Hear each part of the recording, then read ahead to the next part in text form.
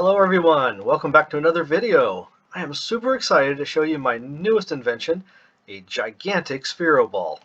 The reason I'm excited to show you is because it took a stupid amount of time, like so many of my builds do.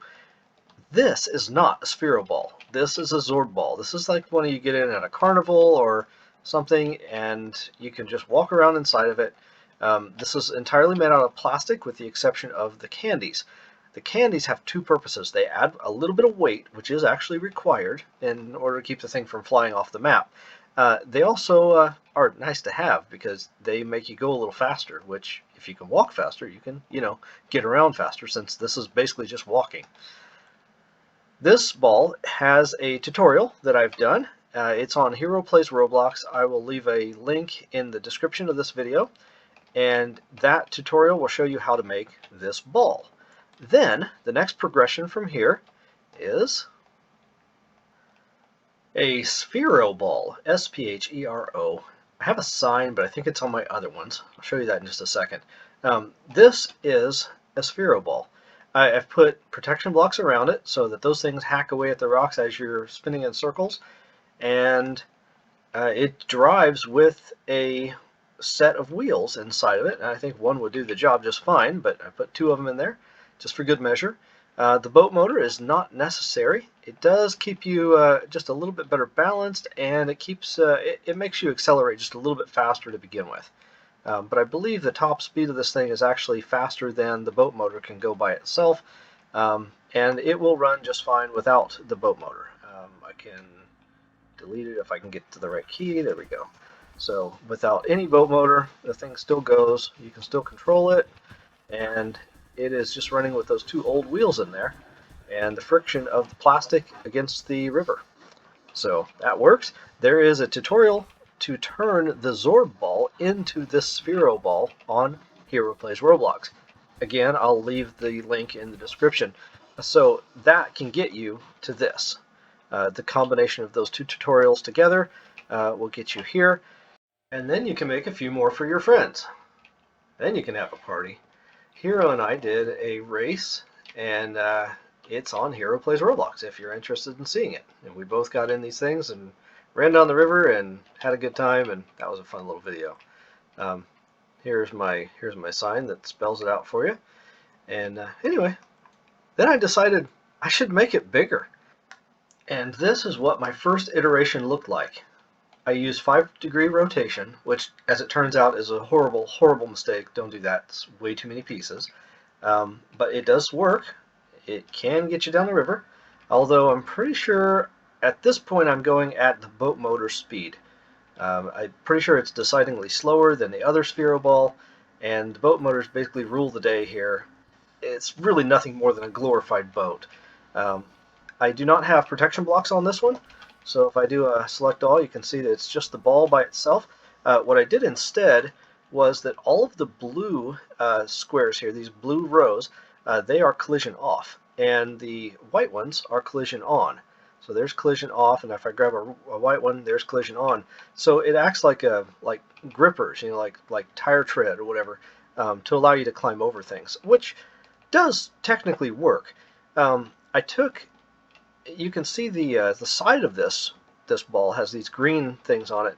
So what I did there was I took the core out of the ball in order to make it less pieces. What I ended up with is you go to the lighthouse stage, and I'm trying to climb up this wall, and I'm just being proven wrong over and over again. I got to a point where I could climb, but this is not the version that I chose to destroy it, to save. I'm going to destroy this version completely because it's a miserable flop.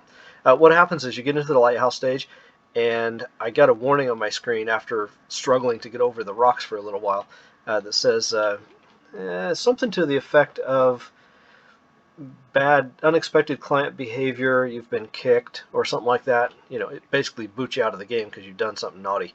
Too many pieces is really the answer to that.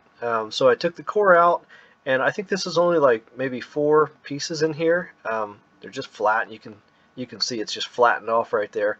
It did used to be a ball when I started. It's just a terrible, terrible idea. I could probably take 3 or 4 more layers of this out, and it might solve some of the problems with the lag, but it's still a pain. I'm going to show you my improvement. So this is the improved version. I went back to installing the protection blocks because I can get away with it on this one. It's 15-degree rotation. It actually works so much better at that rotation level. You know, it's not quite as much of a ball, and I did the same thing again where I took the ends off, flattened it off here.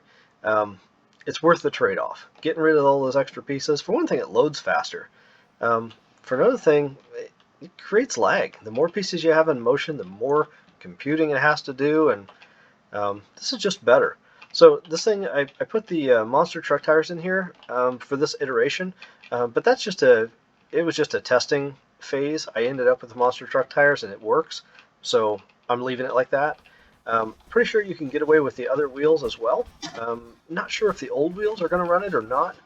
Not too inclined to go back and test that because it's functional now. So there's counterweight on the bottom, you can see that. It's got a whole bunch of different pieces, and that's why I won't be doing a tutorial on this one right now, is because this was the result of a stupid amount of hours of testing. And it's difficult to explain the reasoning for why the counterweight looks like it does. And I'd have to like add up all of the weights and then try to get that balance correct again.